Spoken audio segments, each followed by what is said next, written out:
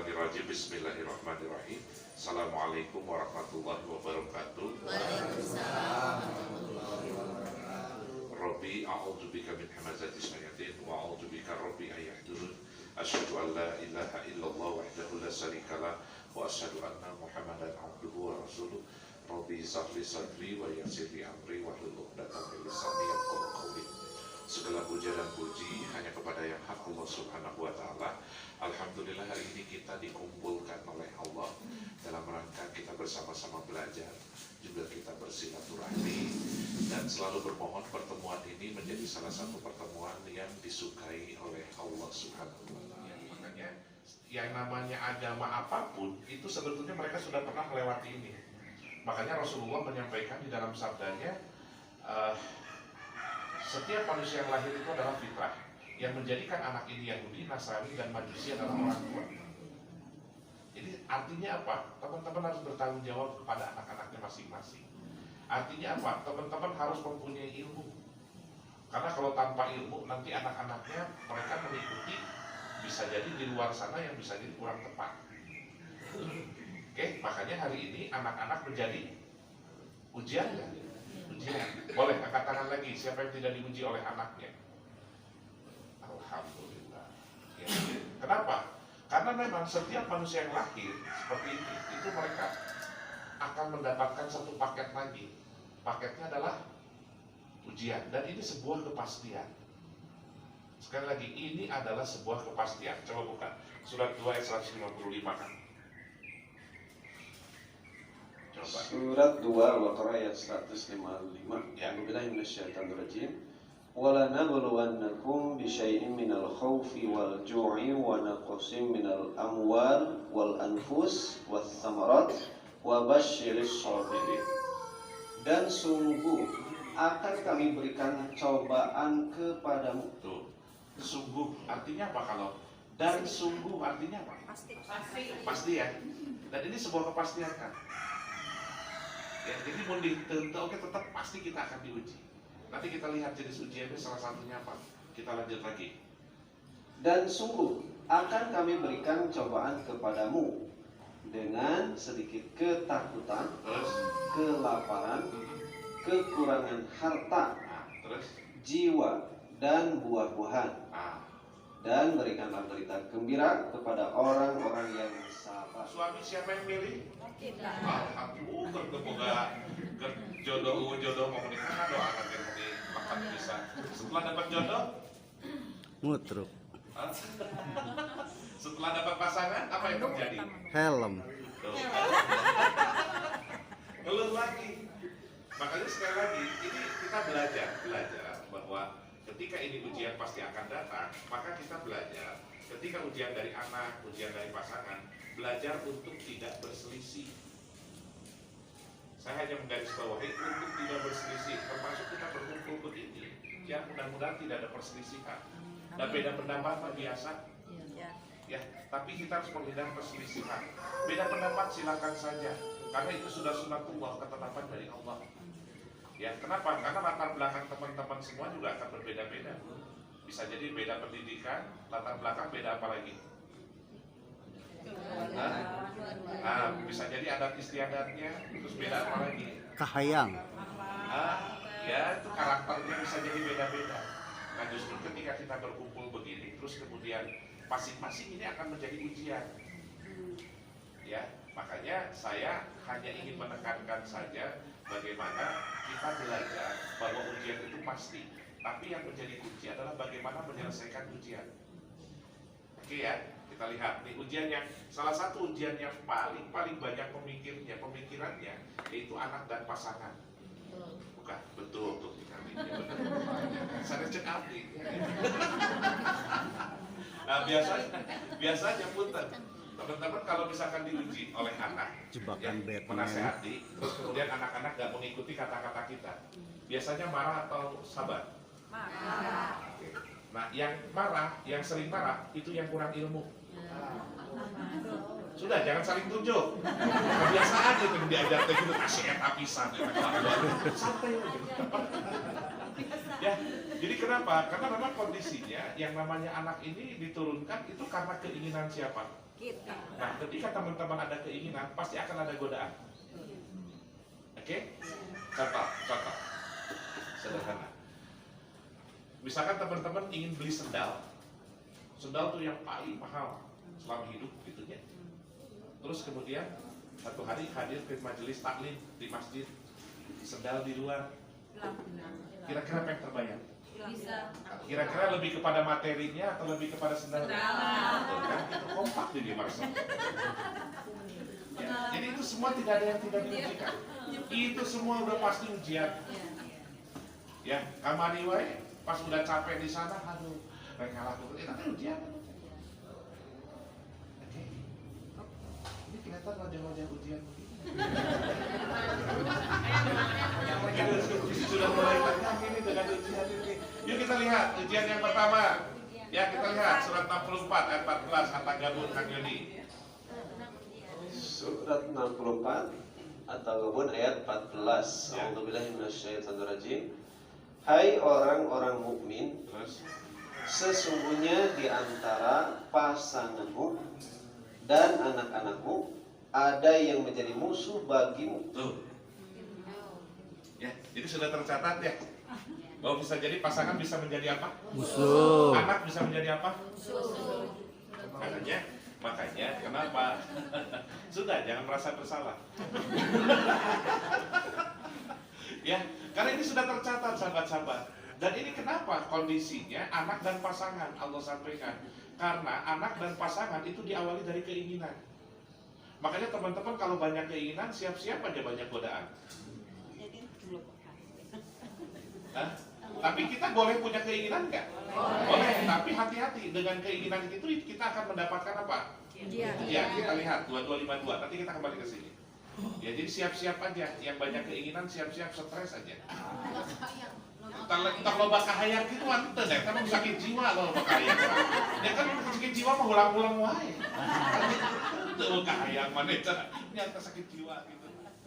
Biasanya kalau seorang ibu memaksakan kehendak, seorang istri memaksakan kehendak ke suami. Pak, pokoknya bapak kudu gitu weh. Biasanya apa yang terjadi? Berselisih nggak? Oke. Nah sekarang pertanyaannya, ada nggak yang di rumah tangga yang berselisih? Ada. Semua. Jangan nyebut banyak, gak enak, ada gitu. Ya banyak ya asal di dia ngariung kurang. Oke ya. Jadi kalau misalkan sahabat-sahabat tadi berselisih, ya kan tadi berselisih itu karena salah satunya faktor apa? Beda pendapat. Dan beda pendapat itu sunatullah, ketetapan Allah. 51 ayat 8. Coba kita lihat langsung ya dari Al-Qur'annya. 51 ayat 8. Nanti kita kembali. Ayat 8. Ya, maka Innakum lafi qaulin mukhtalif. Sesungguhnya kamu benar-benar dalam keadaan berbeda-beda pendapat. sesungguhnya, sudah sesungguhnya benar-benar. Artinya apa? Pasti bahwa kamu akan berbeda apa? Pendapat. Antara berbeda pendapat dan beda pendapatan. Beda tipis. Beda tipis. Oke ya. Jadi pasti nggak beda pendapat? Pasti. Pasti. Nah, biasanya ujung-ujungnya kalau beda pendapat ngapain? Hah? Ribut. Berselisih. Saya tanya, kenapa sih ketika sudah beda pendapat pasti berselisih? Saya tanya, kenapa teman-teman kalau beda pendapat dengan pasangan dengan anak, kok ujung-ujungnya jadi berselisih? Hah? Oke, kita lihat 1753. Kita lihat langsung dari sumbernya. Mangga. Surat 17 Al-Isra ayat 53. A'udzubillahi minasyaitonir rajim. Dan katakanlah kepada hamba-hambaku, Nah, hendaklah mereka mengucapkan perkataan yang lebih baik atau benar. nah, makanya di sini nanti, ya, yaitu di lisan. Oke, ya lanjut. Sesungguhnya setan itu menimbulkan perselisihan di antara mereka. Setan itu apa? Menimbulkan. Jadi sudah pernah lihat setan? Belum. Ulangi. Baca nih kak, itu tadi diajar pada itu. Yang suka menimbulkan perselisihan berarti siapa di situ? Waspadalah. Jadi kalau misalkan suami istri berselisih, siapa itu? Setan. tinggal ngaca, nah iya setan. Karena setan itu wujudnya siapa? Wujudnya siapa? Bukan. Kita lihat surat 6 112. 6 112. Ya. A'udzubillahiminasyaitonirrajim. Dan demikianlah kami jadikan bagi tiap-tiap nabi itu musuh, yaitu setan-setan dari jenis manusia dan jin. Jadi setan itu jenis apa? Manusia. Jadi bisa nggak kita berperilaku seperti ini, setan tadi? Kalau apa tadi? Menimbulkan perselisihan. Jadi perselisihan karena faktor apa? Berbeda apa? Jadi berbeda pendapat harus berselisih. Tapi kenapa berbeda pendapat banyak yang berselisih? Jadi sebetulnya ini lebih kepada ego. Ya, kalau sudah masuk kepada ego berarti cenderung kepada hawa nafsu. Karena kata-kata kita kepada anak ingin diutamakan kan? Pasti. Ya, bahasanya punten, kita yang ngebiayain, seorang ibu yang melahirkan, kemudian sekolah disakolahkeun, kemudian si anak ini tidak nurut, ujung-ujungnya apa? Marah kan? Jadi lamun marah itu ciri-cirinya sederhana. Gini. Kan gini. Rasulullah SAW di dalam sabdanya begini, man arada dunia fa'alaihi bil ilmi, wa man arada akhirah fa'alaihi bil ilmi, wa man arada huma fa'alaihi bil ilmi. Rasul sampaikan kalau kita ingin sukses dunia maka harus dengan ilmu. Kalau kita ingin sukses akhirat juga harus dengan ilmu. Kalau ingin sukses dunia akhirat harus dengan apa? Ilmu. Beda loh orang yang berilmu dengan orang yang kurang. Makanya ciri-ciri orang yang di rumahnya sok ambek-ambekan kamu pabudak apa majikan kasalaki, eta kurang ilmu. Halo.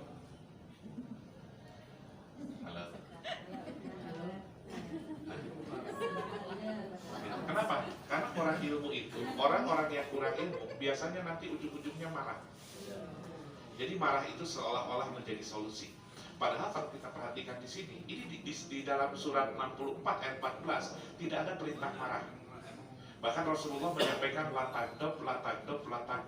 Jangan marah. Pertanyaannya, berarti marah perintah siapa? Tuh, kan paling kena nyalahkan. Padahal salah sangat. Nah, gitu. Saya buka dulu seetik atunya dah mengenai sampai setan. Ayo orang mah bermain logika saja, bukan, coba perhatikan. Sesungguhnya, perhatikan ini sahabat-sahabat. Sesungguhnya Allah telah menjanjikan kepadamu janji yang benar. Terus? Dan aku pun telah menjanjikan kepadamu, tetapi aku menyalahinya. Nah, berarti yang janjinya yang salah siapa? Hah? Aku di sini siapa? Setan. Lagi deh itu. Ya. Lanjut, coba. Dan berkatalah setan. Nah, berkatalah setan. Oke, siapa yang berkata? Setan. Nah, bukan saya, tapi Setan. Lanjut. Dan berkatalah setan tatkala perkara hisab telah diselesaikan. Terus? Sesungguhnya Allah telah menjanjikan kepadamu janji yang benar. Terus? Dan aku pun telah menjanjikan kepadamu, tetapi aku menyalahinya. Tuh, setan tuh tahu bahwa janji Allah ya benar. Janjinya emang dia. Melainkan sekedar aku menyeru kamu. Tuh, melainkan aku, setan ini hanya menyeru kamu. Terus siapa yang melakukan? Nah, berarti yang salah siapa? Nah, selama ini mulai nalar nyalahkeun saha? Oh, kan gitu. Dasar setan, cerakan gitu. Udah salah saya, udah salah ulah. Karena kita nggak tahu cara kerjanya setan. Oke, lanjut. Sekali-kali tidak ada kekuasaan bagiku terhadapmu, melainkan sekedar aku menyeru kamu, Terus?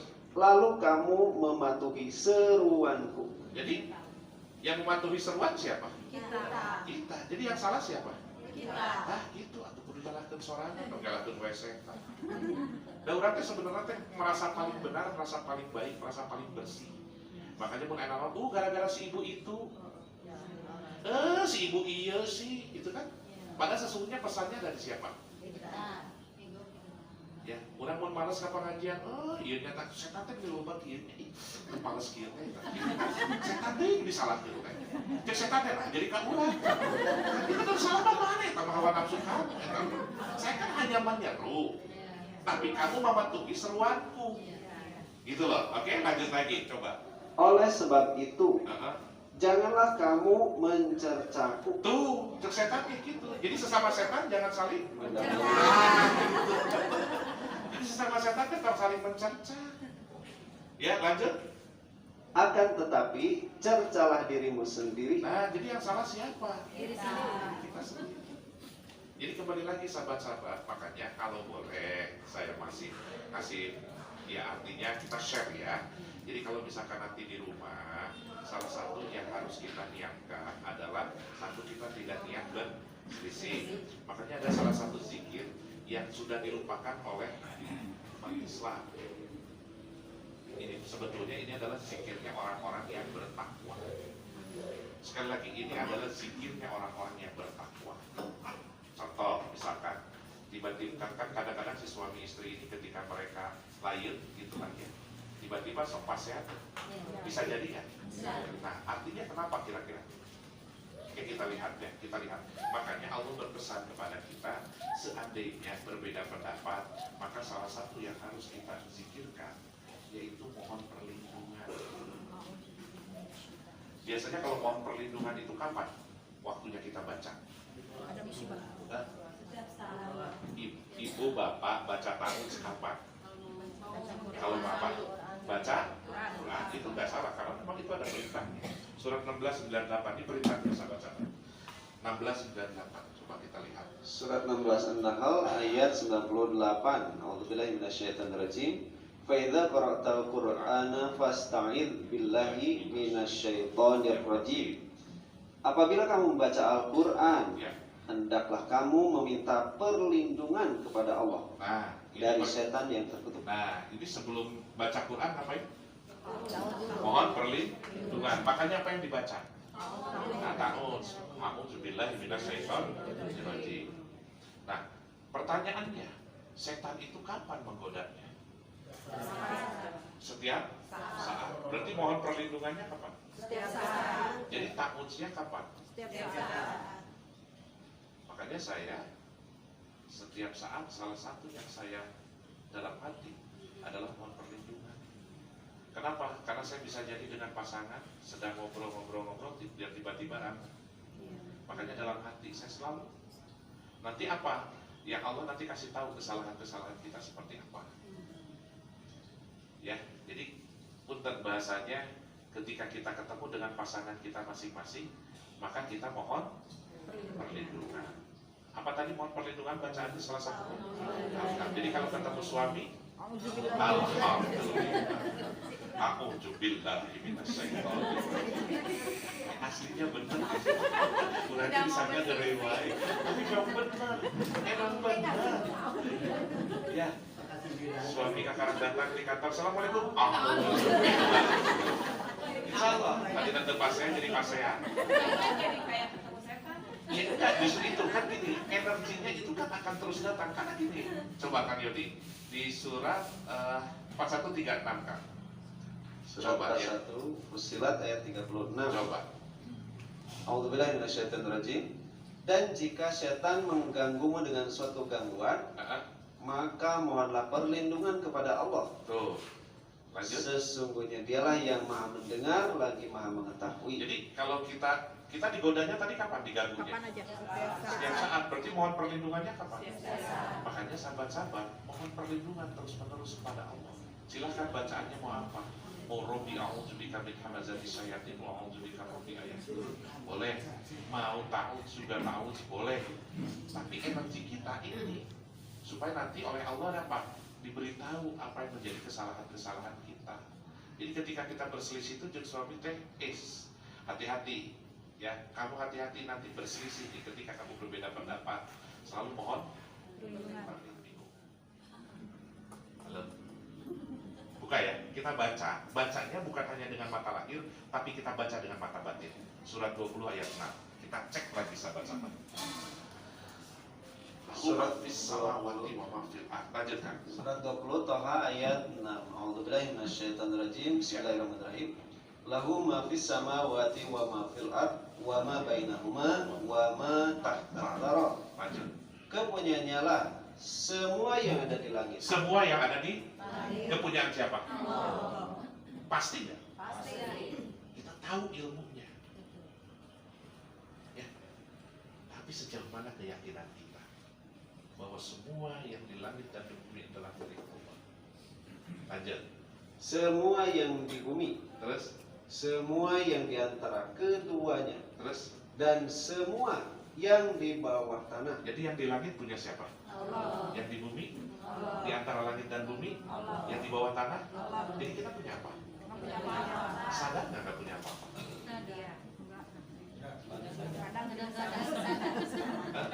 Sadar nggak bahwa sesungguhnya kita nggak punya apa-apa? Sadar. Makanya kenapa manusia perilakunya menjadi kikir? Karena mereka tidak menyadari bahwa harta itu hanya hak guna pakai. Ginilah sederhananya gini. Harta tadi punya siapa? Hakikatnya punya siapa? Allah. Yang memerintahkan mengeluarkan siapa? Kok jadi berat? Halo? Ya oke. Ya, nah, ulang jadi berat. Padahal sesungguhnya berbuat baik untuk siapa? Diri sendiri. Berbuat jahat untuk siapa? Kikir buat siapa? Jadi yang rugi siapa? Merasa nggak kita ketika kikir rugi?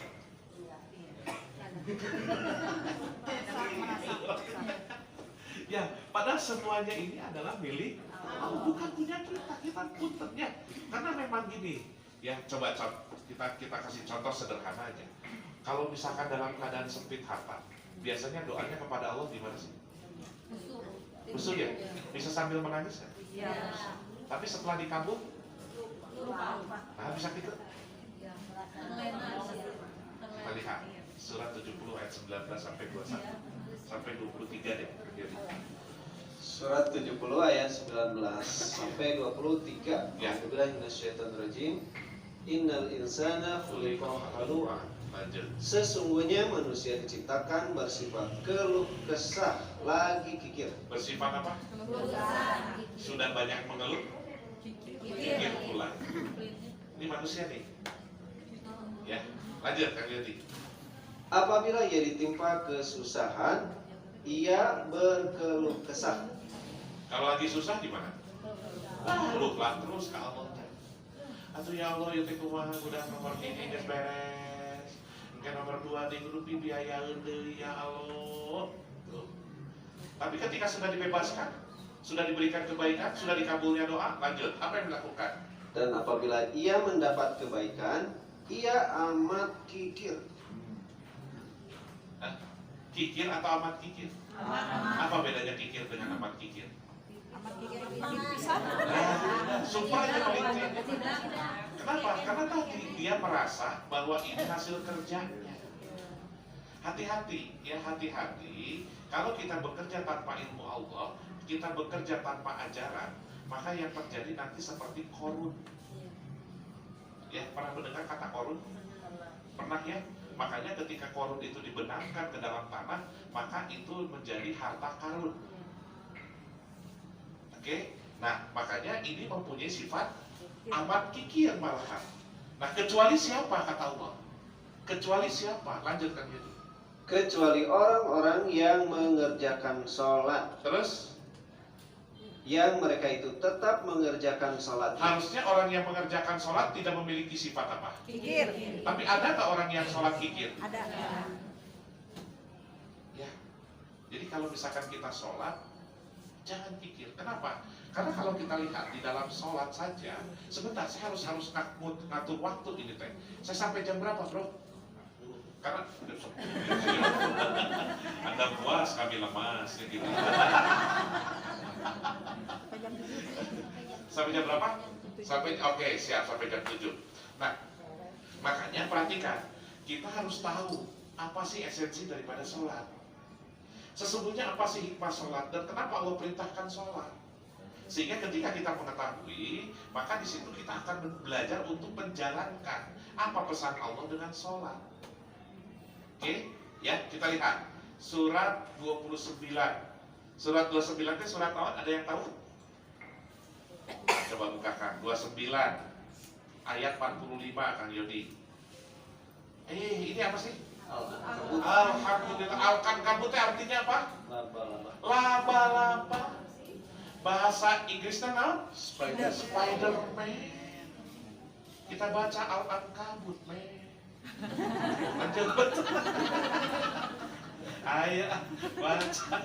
Jadi di perumpamaan Al-Ankabut sebetulnya ada lagi, Pak. Kalau dibahas mah bisa video terus mau balik-balik.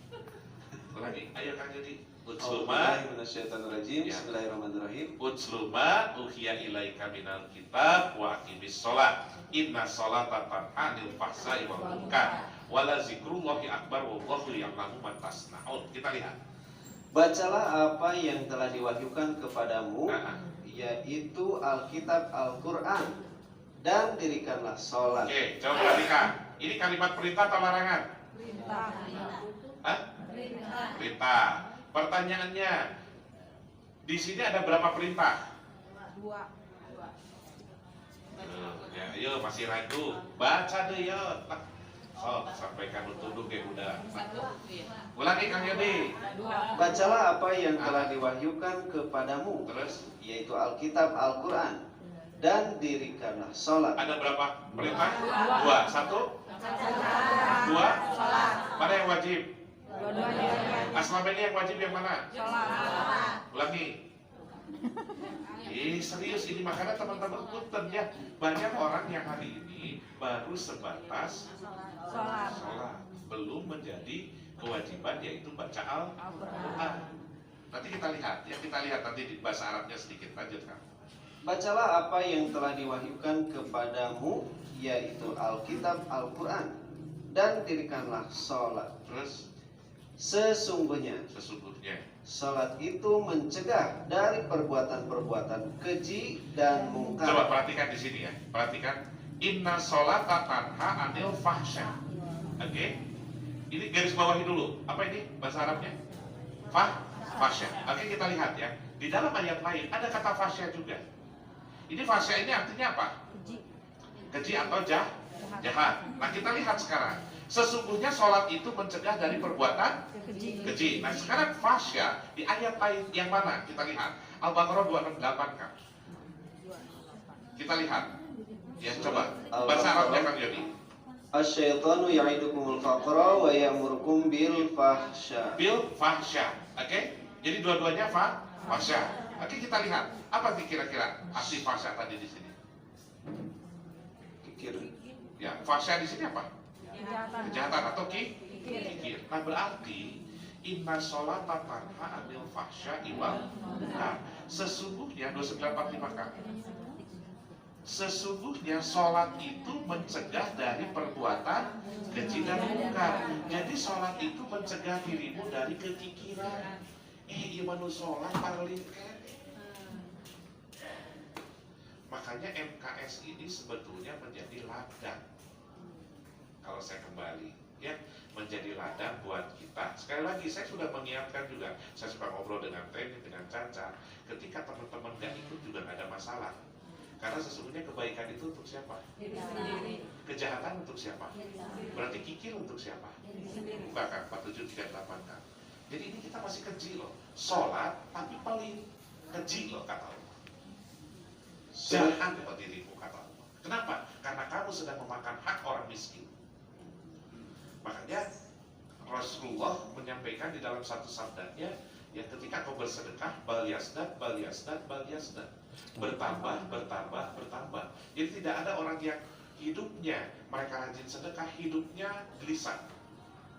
Biasanya hidupnya tenang. Kenapa? Karena yang bertambah lapang dadanya, lapang hartanya. Bill Gates yang kita sebut katanya orang yang non muslim sering menyebutkan kafir, itu dia 90% mengeluarkan hartanya. Orang-orang yang non muslim Nasrani itu mengeluarkan hartanya per 10. Jadi kalau dia mendapatkan per 10%, 20%, 30%, punten. Orang Islam sabaraha 2,5 geus bangga. Halo.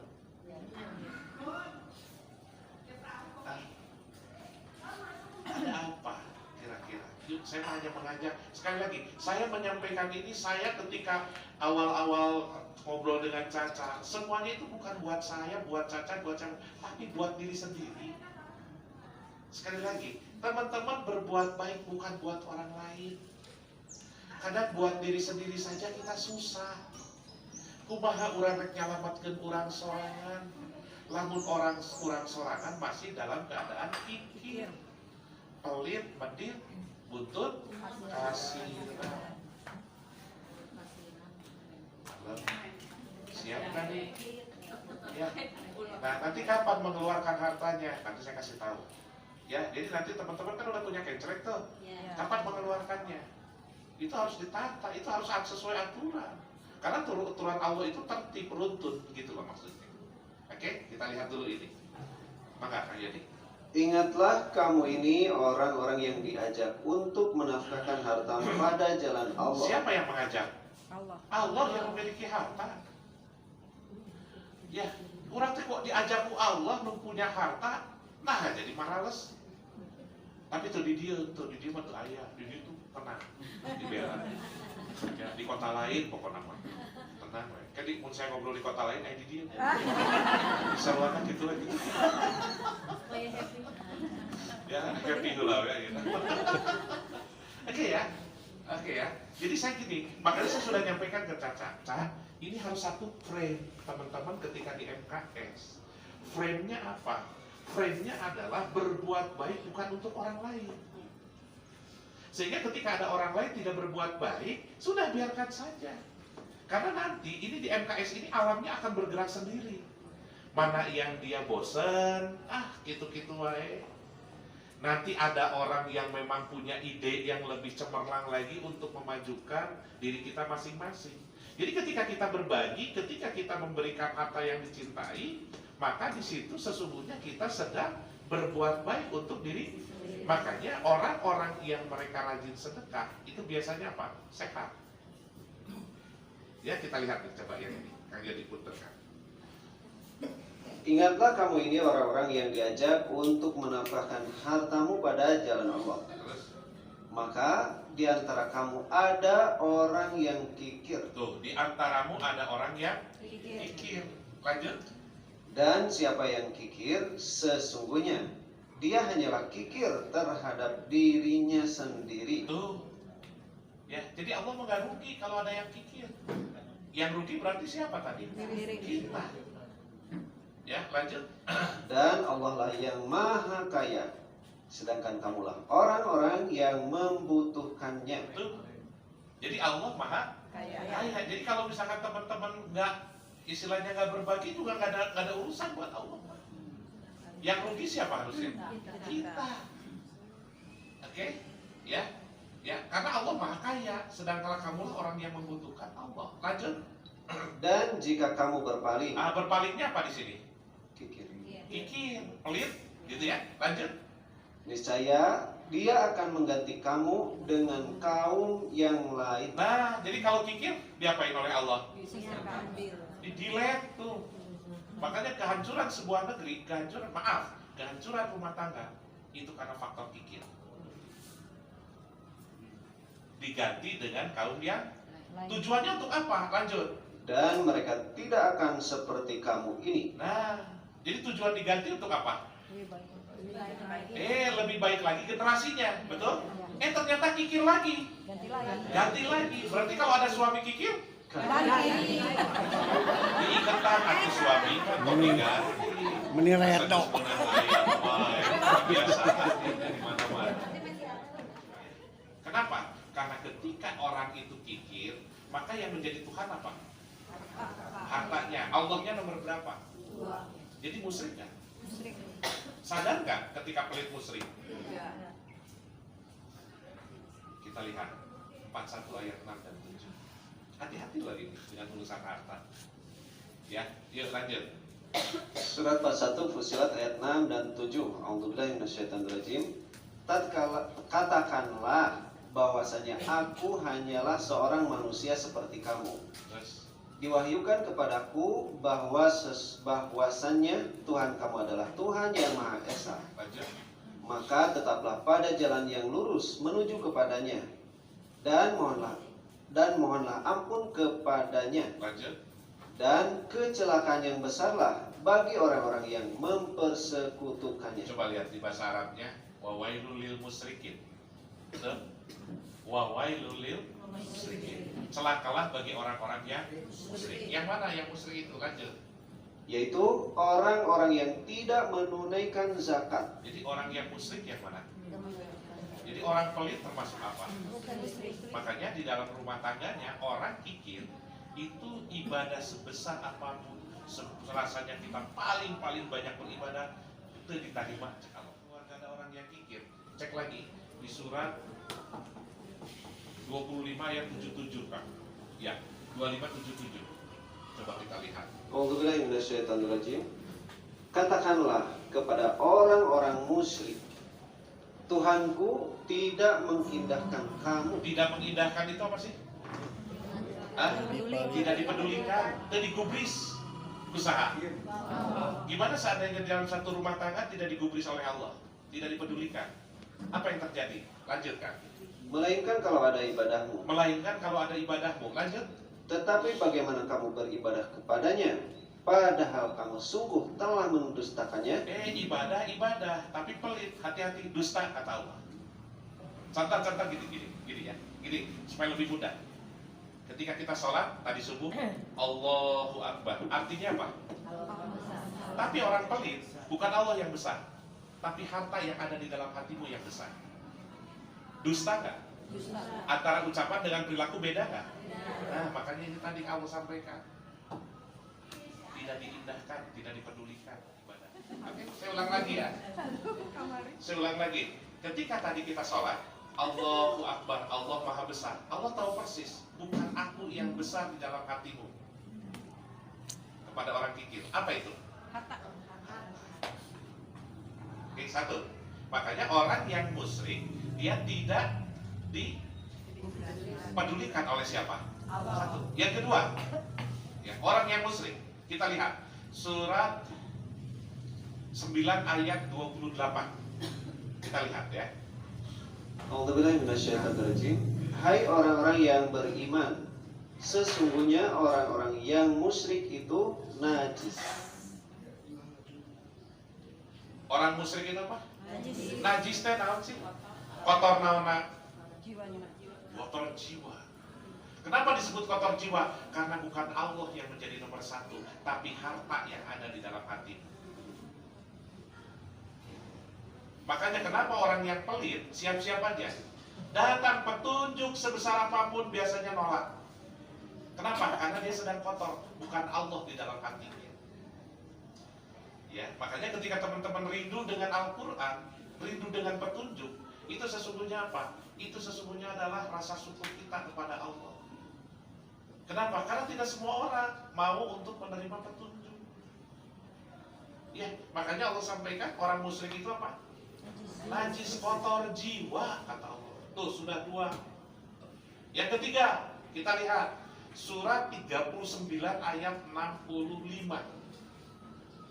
Perhatikan. Surat 39 Az-Zumar ayat 65. A'udzubillahi minasyaitonirrajim. Dan sesungguhnya telah diwahyukan kepadamu dan kepada nabi-nabi yang sebelummu, Terus, jika kamu mempersekutukan Tuhan, terus, niscaya akan hapuslah amalmu.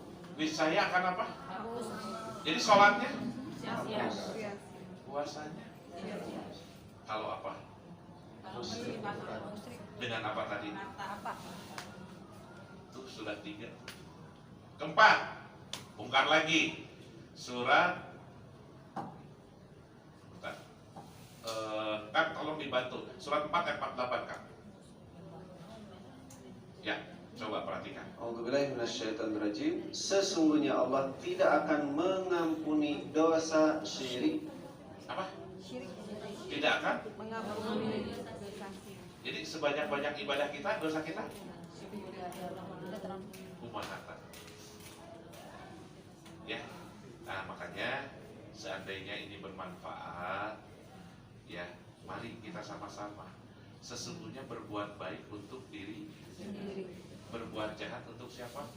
Diri sendiri. Kikir untuk siapa? Diri sendiri. Dosanya buat siapa? Yuk sama-sama kita belajar.